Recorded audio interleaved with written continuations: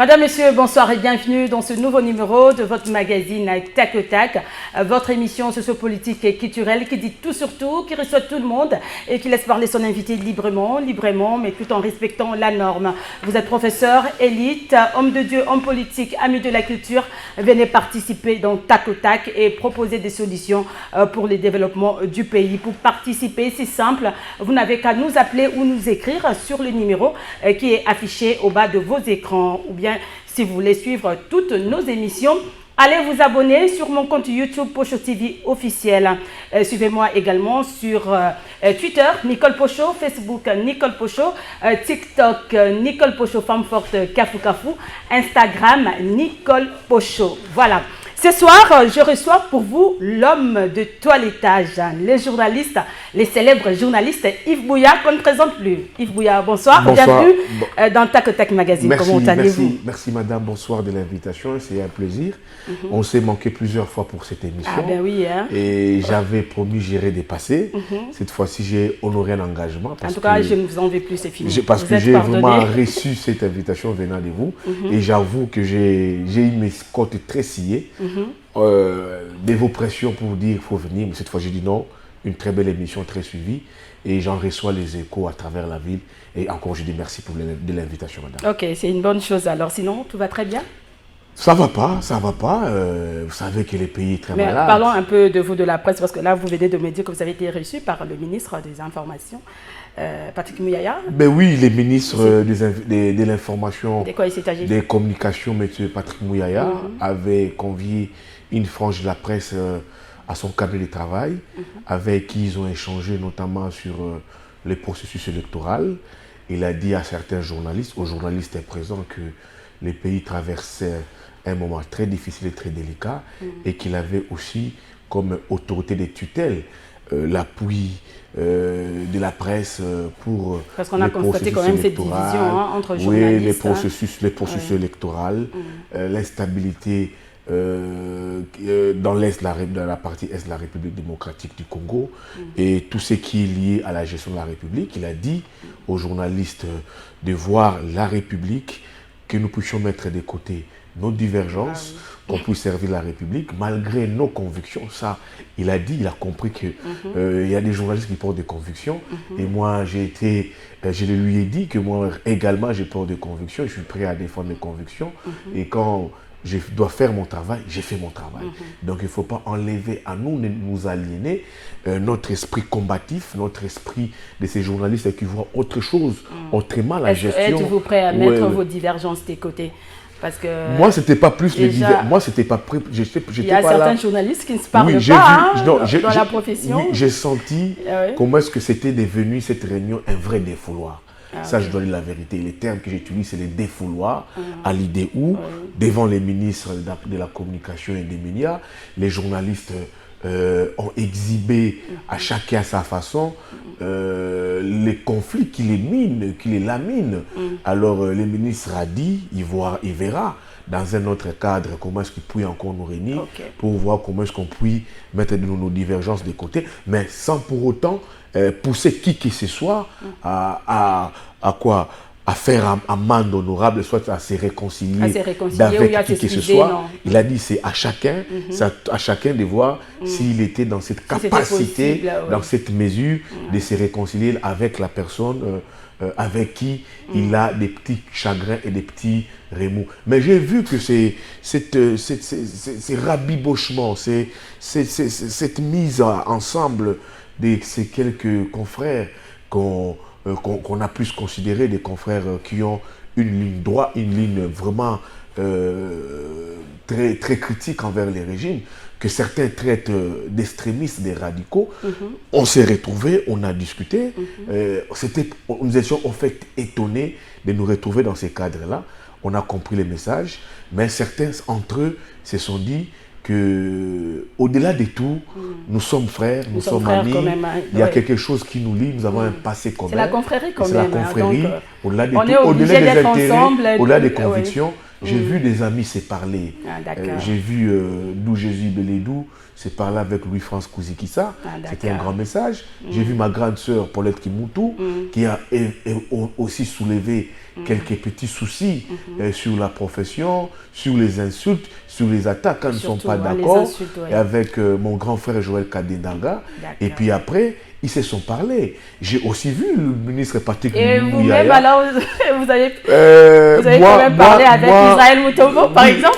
Moi, si j'avais trouvé que ce n'était pas encore l'occasion, je dois dire la vérité. Je dois dire la vérité aux amis, madame. Il faut que mais il ne faut pas jouer à l'hypocrisie. Non, moi, je ne joue pas à l'hypocrisie. Moi, dans mon affaire avec Israël Mutombo, j'ai déjà pardonné. Mais maintenant, me réconcilier avec lui, ça ne dépend plus de moi. Il y a des amis qui sont entrés en cadence dans cette lutte, qui s'étaient opposés de ce qui m'était arrivé. Pardonner, c'est ça le plus important, puisque nous sommes chrétiens. Jusqu'à aller en prison. Donc moi, pour discuter avec, par exemple, M. Israël Mutombo, que j'ai considéré un bourreau qui a été sous-traité par les régimes en place pour me foutre au gnouf, s'il faille parler avec lui, il faut aussi mettre en cosmos, en synergie, les autres amis qui ont porté cette lutte, qui ont porté ce combat, qui ont été avec moi dans la douleur. J'ai pu citer ici Peter Tiani, Patrick Lokala, Edmond Izouba, Jean-Ric et tant d'autres amis. Serge Kabongo, ils sont vous également, madame. Alors, moi j'ai pu parler avec les Zoulous, Neko Zoulou, moi j'ai pu parler avec lui. Ils sont tant d'autres. Mais comment vont ressentir les Paul Toussoua, ils sont tant d'autres, les gens recommandés. J'ai pu les citer ici. Même mon aîné Achille Kadima, tout le monde avait été touché et peiné. Personnellement, intuité personnelle, moi je pardonne. Mais il faut aussi, pour ne pas aussi blesser ses amis-là, dire à ses amis, sont-ils aussi prêts à pardonner à Israël. C'est ça, parce qu'ils n'ont pas vu la personne Bouya, mais ils ont vu ce qu'il a fait à Bouya. Et au-delà de Bouya, il peut les faire à un autre confrère. Merci beaucoup. Moi j'ai pardonné, mais il faut mettre dans la sauce ses amis aussi, qui ont porté ce combat. Moi, je peux dire que je parlais avec lui. Je vois aussi que je peux léser des amis.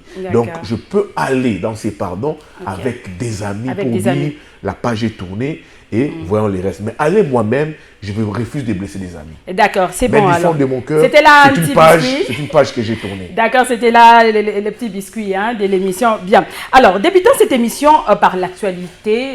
Yves Bouya, vous le savez, Fayoulou, Matata Pogno, Délice Sanga, Moïse Katumbi sont à Lubumbashi pour une position commune face aux enjeux de l'heure. Comment jugez-vous cette rencontre? C'est une rencontre proportionnelle à la nouvelle plateforme politique mise en place par les présidents de la République, qui est l'Union sacrée.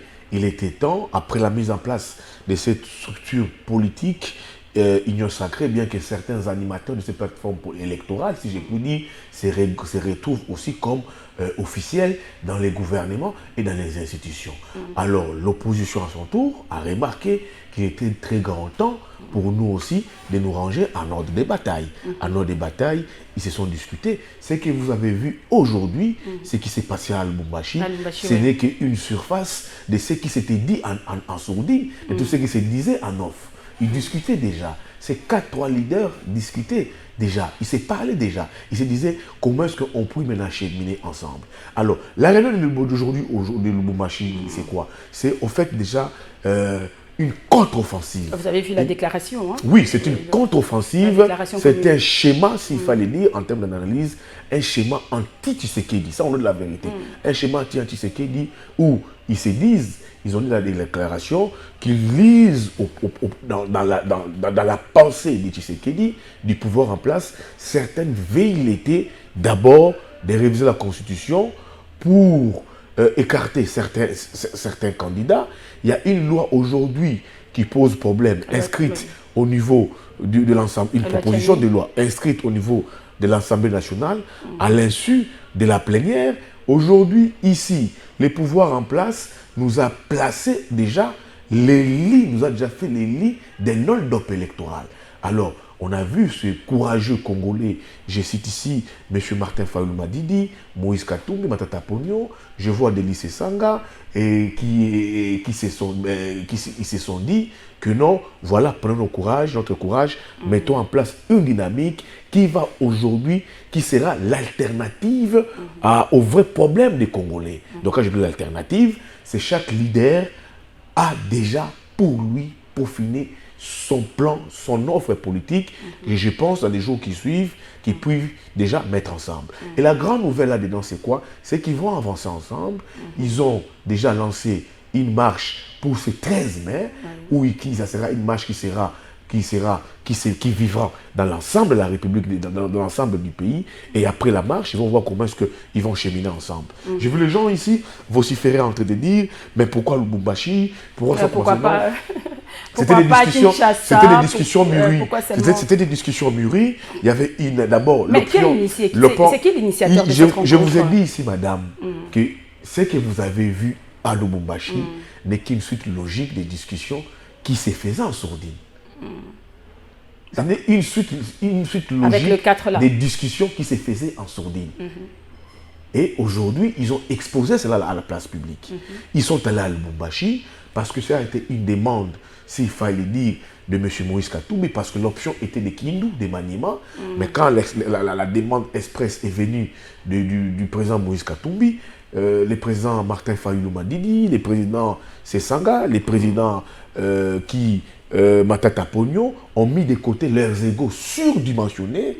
Ils ont dit, ok, pour l'unité, c'est qu'on fait, on va vers le président Moïse Katumbi, mettons en place cette il semble que c'est Moïse Katumbi qui a initié, c'est lui qui a pris en charge tout ça. J'apporte un démenti formel, madame. Écoutez, ne faites pas... Non, écoutez, madame. Parce qu'on dit toujours que c'est Katumbi, c'est l'argent, tout ça. Tous ces candidats sont présidentiables, madame. C'est des leaders des partis politiques.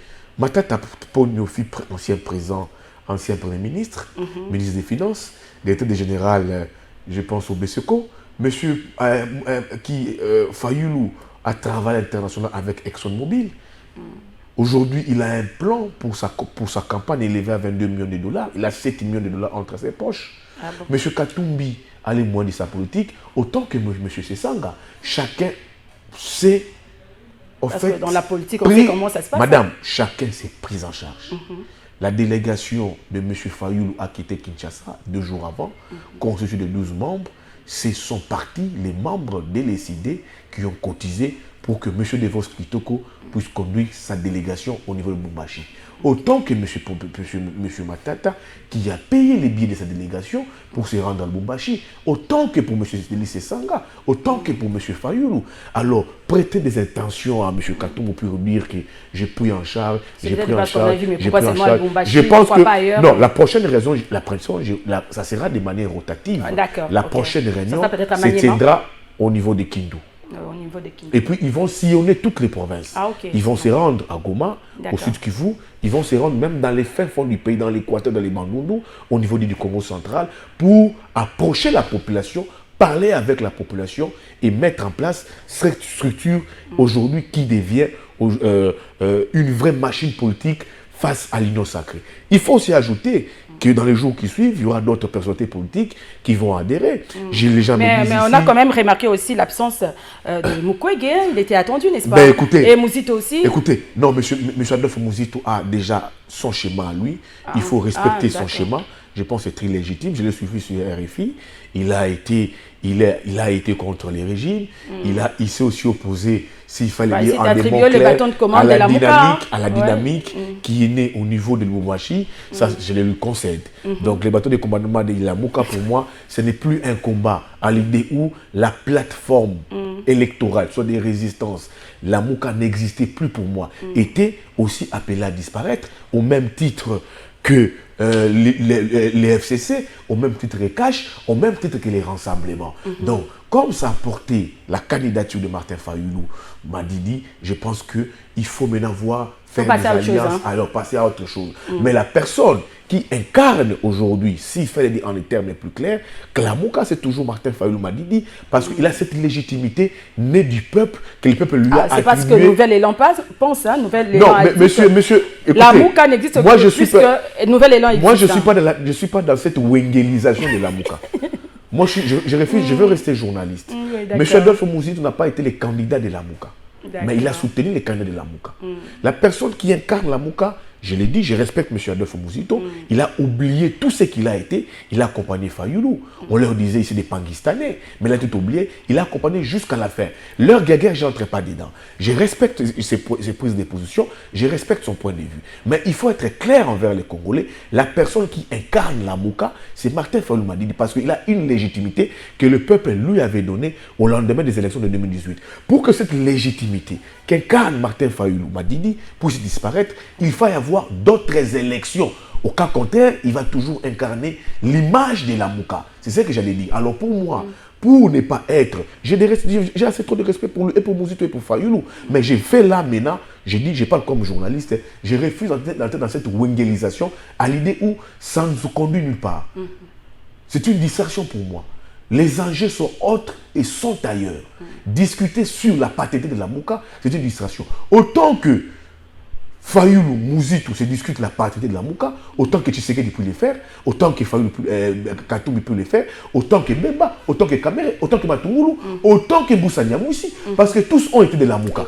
Alors, vous voyez un peu. Alors, pour moi, c'est un faux débat.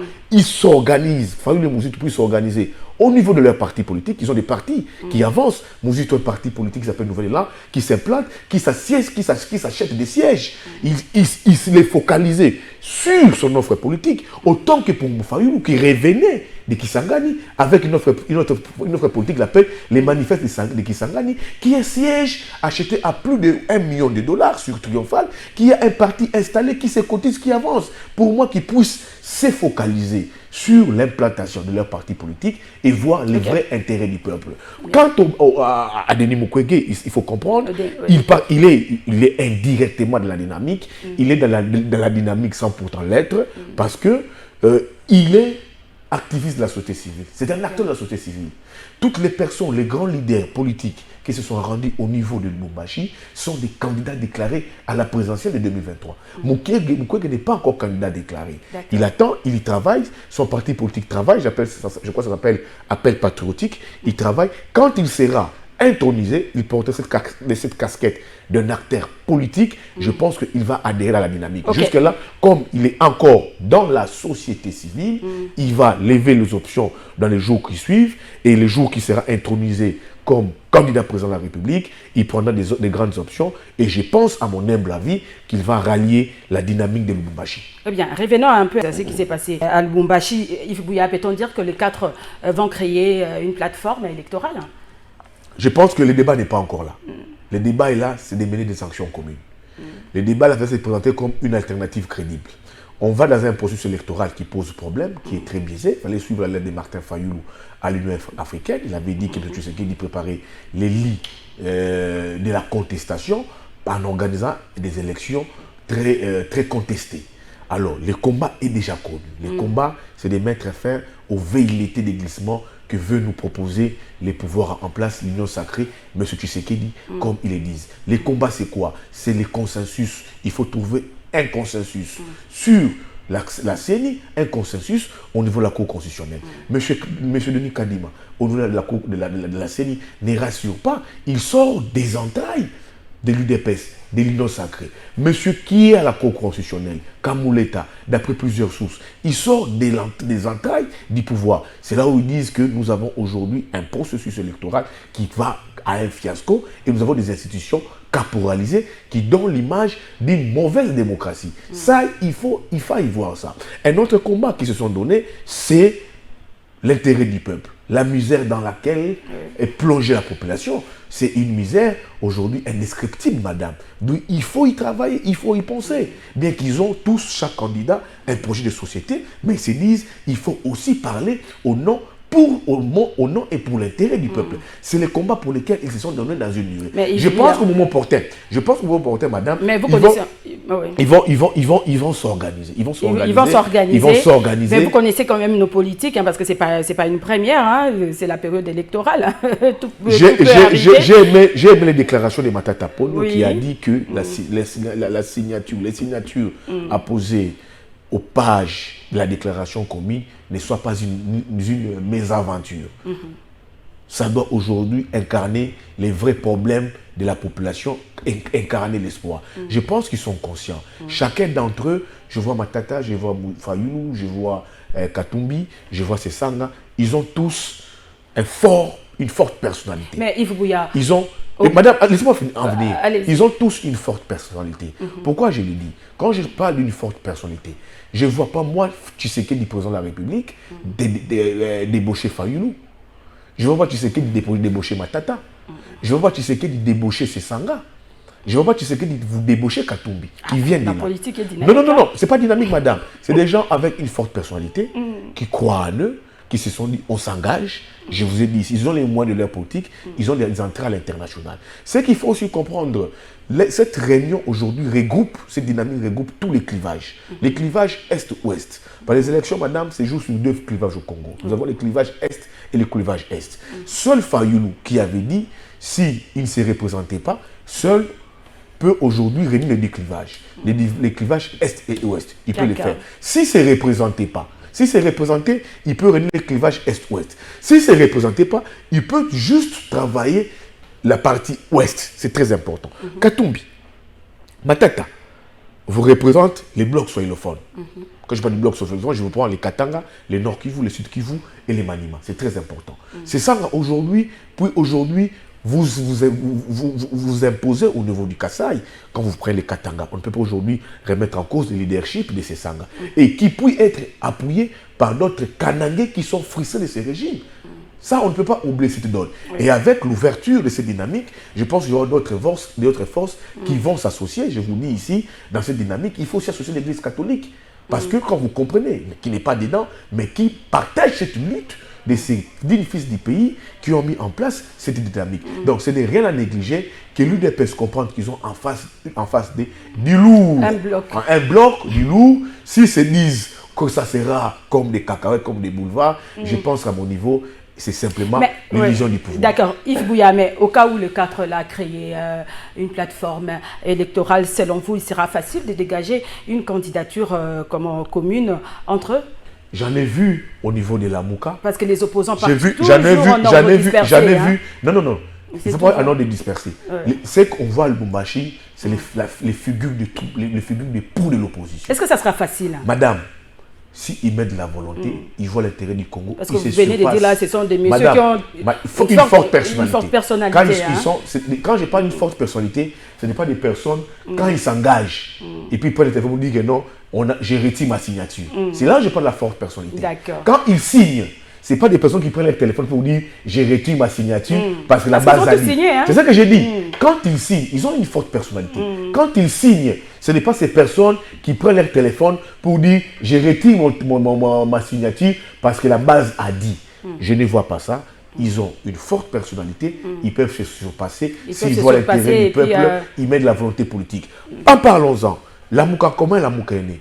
On a commencé ici au niveau de Willery. Non, je me rappelle au niveau de Triomphal. La population a dit aux 7 patrons qui sont allés à Genève, qui leur a dit, trouvez-nous un candidat commun. Ils sont allés à Genève, vrai ou faux, l'opposition s'était surpassée. Ils se sont surpassés, ils ont trouvé un candidat commun qui était Martin Fayulu-Madidi. Et Tshisekedi avait dit, le changement s'appelle Fayulu. Puis bien qu'on a connu ce qu'on a connu, cette infiltration qui a occasionné ces régimes, ces pouvoirs. Donc c'est encore possible. Allons dans l'Union sacrée. N'est-ce pas Bemba Katumbi était candidat président? Bemba et Kamere. Ils étaient candidats président. Mais ils ont discuté, ils ont parlé. Ils se sont mis d'accord. Tshisekedi a donné des garanties à tout le monde. Et on connaît la suite, ils se sont tous rangés derrière Tshisekedi. Autant que Katumbi pour donner des garanties à Fayulu, à Matata, à Sesanga, autant que Fayulu pour donner des garanties à Sesanga. Et Kabila dans tout ça, il est où? Je pense qu'il ne faut pas. Je pense que. Kabila, il ne parle pas, il est toujours là, il observe. Je pense que. Il observe les politiques. Kabila n'observe pas. Kabila, je l'ai dit, je sais ce que j'ai dit, il est dans la danse. Il est dans la danse. Kabila est dans la danse. Ah bon? Bien. Alors, aujourd'hui, les 4 sont ensemble. Hein, donc, on est habitué à... Donc, je vous dis, c'est que Kabila est dans la danse. L'Église catholique est dans la danse. Également, oui.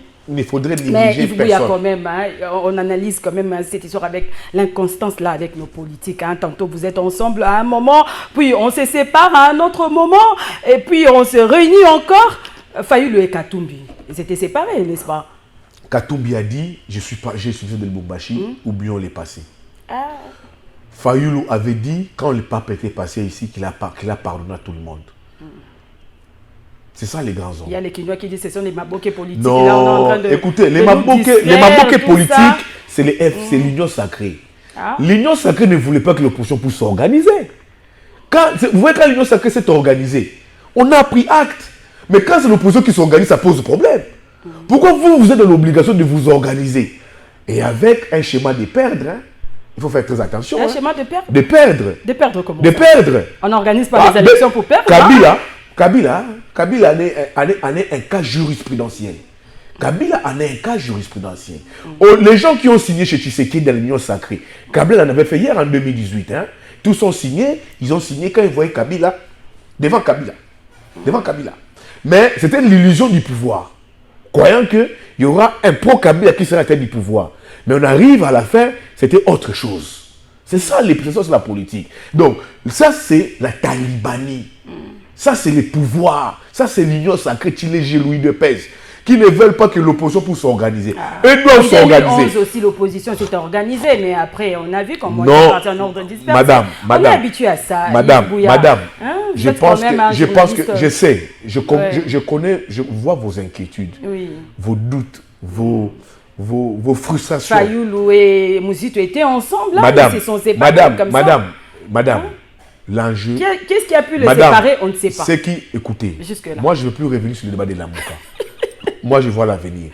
Pour moi Lamuka n'existait plus. Mais la personne qui incarne Lamuka est là, c'est Fayoulou. Mais cette séparation-là, madame, l'inconstance là, tantôt on est là. Madame, c'est que Fayoulou, Matata, Katumbi, Sesanga, Mukwege, Kabila, les catholiques ont mis en tête, ils ont dit que le pays est en danger. Et là on a besoin de tout le monde. Tu vois quand une maison brûle, quand une maison est en plein feu, on ne choisit pas l'eau pour éteindre le feu. On ne choisit pas l'eau. Je dois aller à la régie du non. Je dois chercher l'eau, acheter l'eau dans un supermarché. Non. L'eau sale peut éteindre les feux. La maison Congo brûle. Comment ça brûle? On a un risque d'insécurité terrible. Insécurité dans l'Est et puis à Kwamout également. Les tueries, c'est on a de l'armée étrangère chez nous. Il y a les Koulouna ici à Kinshasa. Nous avons les Koulouna. C'est compliqué. L'aspect économique et social pose problème. Hausse de prix. Alors, vous y réfléchissez. Caméra est là, il paraît qu'il y aura la solution. Je croise les doigts encore. Alors, vous réfugiez à des Congolais qui ont un plan à vendre, une recette à donner aux Congolais, qui représente une alternative des purs Congolais, de réfléchir, de se mettre ensemble. Est-ce que le cadre là, on parlait de la situation de l'Est? Et c'est dans la déclaration? Mais il faut suivre la déclaration. Mais vous accordez qu'il y a un autre groupe de Congolais qui sont dans l'Union sacrée, membres des partis politiques, qui sont des officiels, qui vous encadrent une structure, mais ayant déjà échoué dans un mandat de 4 ans, qui n'ont plus rien à présenter en termes de gouvernance. Dont les bilans posent problème. Il dit que non, avec Kabouya, il dit que le bilan est largement positif. Le bilan est largement positif, oui. On a 16 milliards de budget. Oui. Les gens sont 2 mois un peu. Qu'est-ce qui justifie ça? On est même en train de postposer les salaires des fonctionnaires. C'est postposer ces salaires des fonctionnaires. C'est ça, les pays avancent. On avait un budget de 3-4 milliards sous Kabila ici. Les salaires étaient payés. Ça signifie quoi? De vous dire que tout l'argent va aux élections? Non. On ne peut pas gérer un pays où on réverse tous les... Non. C'est que le pays n'est pas géré. Le pays a un budget. Un budget est un tableau de bord indicatif sur la gestion d'un pays. Quand on élabore un budget, toutes les rubriques sont là et un budget est ventilé, madame. Alors, on ne peut pas nous dire tout ce qui est fonctionnement, tout ce qui est salaire. Il y a maximisation des recettes et que les salaires ne sont pas payés. Comment on peut justifier ça? Selon vous, rien n'est valable. Madame, c'est un bilan inexistant. On a un bilan. L'Union sacrée nous propose un bilan en dessous des zéros. Wow. C'est un bilan, madame, c'est un bilan en dessous des zéros. On doit dire la vérité. Pourquoi je dis madame? J'argumente ça. Voilà comment les Congolais vivent. Je ne veux pas des salaires. L'eau, l'électricité, ça pose des problèmes. Les transports. Les vrais débats, on va nous dire. On doit nous dire, tu sais qu'ils vont nous dire, j'ai créé autant d'emplois. Pensez-vous que si Katumbi ou j'ai envoyé autant de personnes à la retraite. Aujourd'hui au pouvoir, ça va changer quelque chose? Non, madame, les problèmes du Congo sont connus. C'est question de volonté politique. Oui, les pouvoirs UDPS, Union sacrée Tchilégi, n'a même pas donné une impulsion. Félix avait cette volonté, le peuple d'abord. Ne serait-ce que, mais où en sommes-nous? Ne serait-ce que l'impulsion. Où en sommes-nous avec le peuple d'abord? Où en sommes-nous avec l'état des droits? On a des magistrats forts, des hommes forts de la République qui imposent des lois devant les cours et tribunaux. La justice pose problème, l'État de droit pose problème, les peuples d'abord posent problème. C'est ça, madame. Et quand on dit que les bilans posent problème, c'est pour dire que non. Les blocs de Lubumbashi, les quartos, moi j'appelle les quartos. Les quartos. Les quartos. C'est comme les quartos de Langa-Langa. Voilà, les quartos. Les quartos qui sont sur Lubumbashi ont de la recette à vendre aux Congolais par rapport à l'Union sacrée. Okay. L'Union sacrée, les Congolais ont déjà goûté ça. Les Congolais sont maintenant dans un schéma, dans un stade de vomir la recette Union sacrée, soit dans la toilette. Bon, espérons bonne chance aux quartos. Hein. Aux quartos. Aux quartos, j'espère que cette fois-ci, ça va vraiment aller pour le mieux. Alors, une dernière question. La loi Tchani fait débat. Comment avez-vous trouvé la réplique de Christian Mwando qualifiée de ségrégationniste à ceux qui soutiennent cette loi?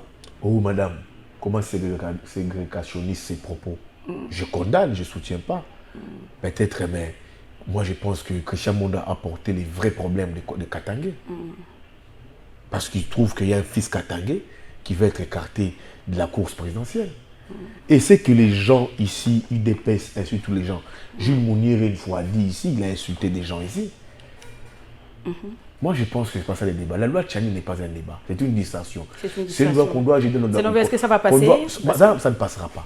C'est une loi, c'est un projet de loi. De droits de l'homme s'y opposent. C'est un projet de loi politique qui vise une personne, la personne de Moïse Donc, selon vous, ça vise... C'est politique. Nous sommes des journalistes. Nous sommes des journalistes. Ce projet de loi, on doit le... C'est pas pour protéger le pays. Non, ça ne sert à rien de protéger le pays. Pour protéger le pays, il faut travailler une armée. Il faut travailler votre armée. On doit travailler notre armée pour protéger le pays. Ce n'est pas des pères et des mères. Donc c'est un faux débat. Il faut un faux débat. Il faut prendre ces projets de loi, jeter cela dans nos toilettes. Jean-Pierre Bemba. Vous recevez aujourd'hui, je ne vois pas Jean-Pierre Bemba. Jeannot Bemba. Jeannot Bemba, il est de quelle origine? Portugaise. Son papa a aimé le pays. Il est à la défense, Jean-Pierre Bemba. Il est où à la défense? Il a la défense. Le président Tshisekedi avait dit quoi? Que sa mère a un sang angolais. Ça nous apporte tout. Les vrais problèmes du Congo, il faut aimer les Congos. Quand on aime les Congos, on se surpasse. Mamadou Ndala qui est mort ici, il est mort pourquoi? Il est mort pour le Congo. Il était d'un parent malien.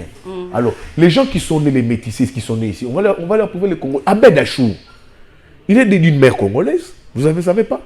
Il est né au Congo. Je pense à Kangalima. Mais il est né au Congo. Ah, d'accord. La Constitution n'est pas d'un parent congolais. Donc moi, je pense que ces débats de très bas caniveau. Mais la Constitution ne parle pas de pères et de mères. D'un Congolais, d'un parent congolais. C'est pour dire que non, ces débats de très bas caniveau, en descend de la ceinture, doit être rejeté dans la poubelle. Qui ont détruit ces Congos? N'est-ce pas des pères et des mères? Qui sont les nouveaux riches de ces pays ici? Ce n'est pas les pères et des mères. Les nouveaux riches là, qui sont-ils? Ce n'est pas des pères et des mères. Ce ne sont pas ces métis ici qui se riches maintenant en association pour se défendre. Ce sont des pères et des mères qui ont détruit ces pays. Moi, je pense que l'enjeu du pays n'est pas là. Ça ne résout rien en termes d'évolution des problèmes des Congolais. Les vrais problèmes, il faut les traiter. Ça, c'est des idées des gens qui ont déjà échoué et qui veulent distraire la D'accord. La personne porteuse de l'initiative de cette nébuleuse, de cette loi, moi je l'appelle une loi d'apartheid. C'est une loi d'apartheid. Parce que ça divise le Congo comme les Sud-Africains étaient divisés en Afrique du Sud avec les régimes d'apartheid. Lui-même est américain. Comment une personne qui est américaine veut nous imposer une loi? Il doit le faire aux États-Unis. Qu'il aille le faire aux États-Unis. En principe, on doit l'interpeller. Comment a-t-il déposé sa candidature au niveau de la CENI? Lui qui est américain. Et les porteurs de ces projets... La nationalité congolaise est une et exclusive. Madame, il doit les présenter aux Américains, pas au Congo. Qu'il aille présenter aux États-Unis, pas au Congo. Parce que lui-même déjà est américain, sa femme l'avait dit. Les porteurs de ces projets de loi machiavéliques, lui-même on dit il est ici les Mouzombo. Donc c'est une boîte à Pandore. Alors, pour ne pas briser ces pactes républicains, mais au lendemain, j'apprends que les Mouzombo. Moi, je suis né Congo. Toutes les personnes qui sont vers les Louos, les Mbanza Congo là-bas, ce sont les personnes qui viennent vers l'Angola. Donc, pour ne pas briser les pactes républicains, nés au lendemain de l'accord, des accords de San-Suki, je pense que les Congolais n'ont pas besoin de cette loi impudique. Une loi impudique. C'est une loi impudique et d'apartheid. Parlons toujours de la proposition de loi. Il y a une autre proposition de loi du député national Boris Mboukou interdisant à la population de manger les chiens. les animaux domestiques. Madame, l'honorable aime beaucoup à réfléchir, hein. C'est à sa façon. Hein. Mais ce que je comprends, ce n'est pas séparatiste, ces projets de loi. Ouais. Mais je vois des gens lésiner dans les réseaux sociaux. Vous mangez des chiens? Moi, non, madame. Mais là, c'est une question des tribus, non? Mais je vois une tribu trop agitée. Je ne comprends pas pourquoi. Il y a une tribu trop agitée. Il y a des tribus qui mangent les macacos. Ouais, les tribus qui mangent les serpents. Mais il y a aussi une tribu spécialisée en chiens. Mais il y a cette tribu qui est très agitée. Mais moi, je ne sais pas. C'est une initiative. Chacun peut juger ça à sa manière. Mais là où je suis, je trouve ça très normal. Mais je dis, c'est à lui à réfléchir. Mais j'ai trouvé une tribu très agitée. Très agitée. Alors, affaire Sonaïdro, Michel Eboma, PCA suspend le DG Marcelin. C'est grave, c'est 2 fils. J'ai vu d'ailleurs votre tweet. Hein, c'est 2 fils, IDPS qui se battent. Mais il y a trop de controverses dedans. Certains disent que les agents et cadres sont 3 mois impayés.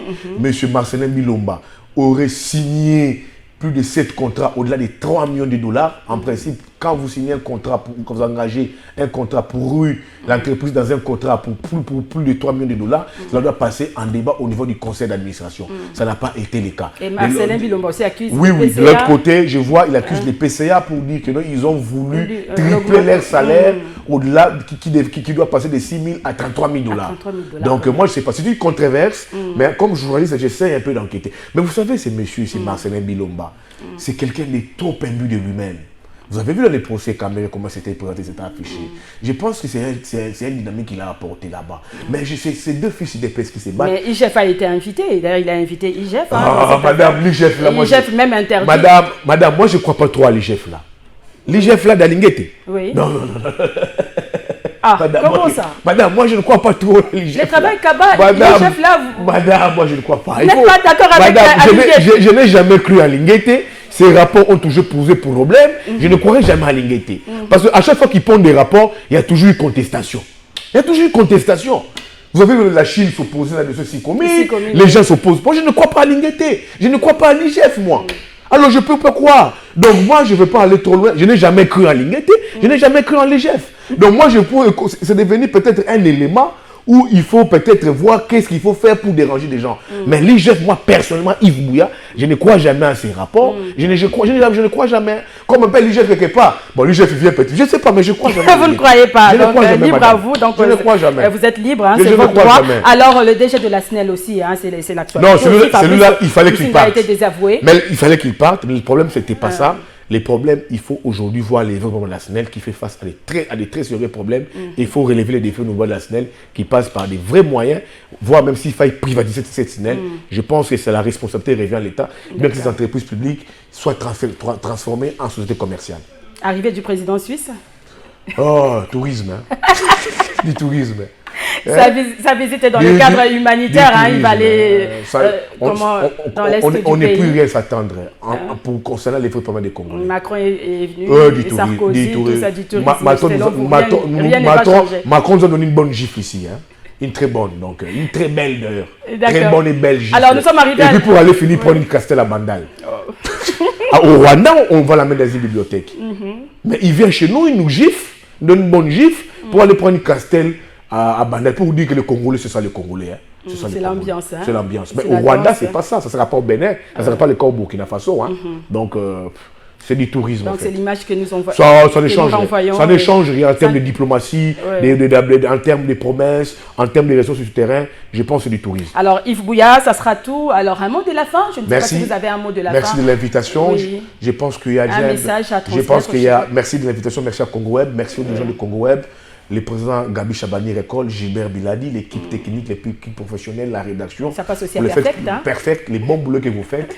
Je pense qu'on a aujourd'hui une dynamique des opposants qui ont vu les cris des Congolais. J'ai dit aux Congolais de croire à la dynamique avec un nouveau Congo est permis. Ça sera tout. Yves Bouya, merci d'être venu. Merci madame. Cette émission est terminée, madame, messieurs. Merci à vous de nous avoir suivis. Au revoir et à la prochaine.